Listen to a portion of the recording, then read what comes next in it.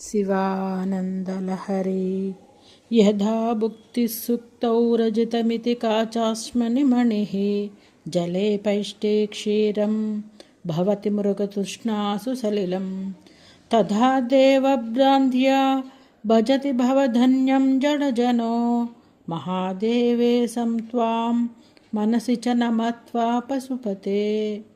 ఓ పశుపతి, దేవశ్రేష్ఠుడవగు నిన్ను మనస్సున చింతింపగా ఏ మూర్ఖుడైనా ఏ విధంగానైనా నిన్ను చింతింపకుండా అన్య విషయాలను చింతిస్తాడా? అలా చింతించేవాడు మూర్ఖుడవుతాడు.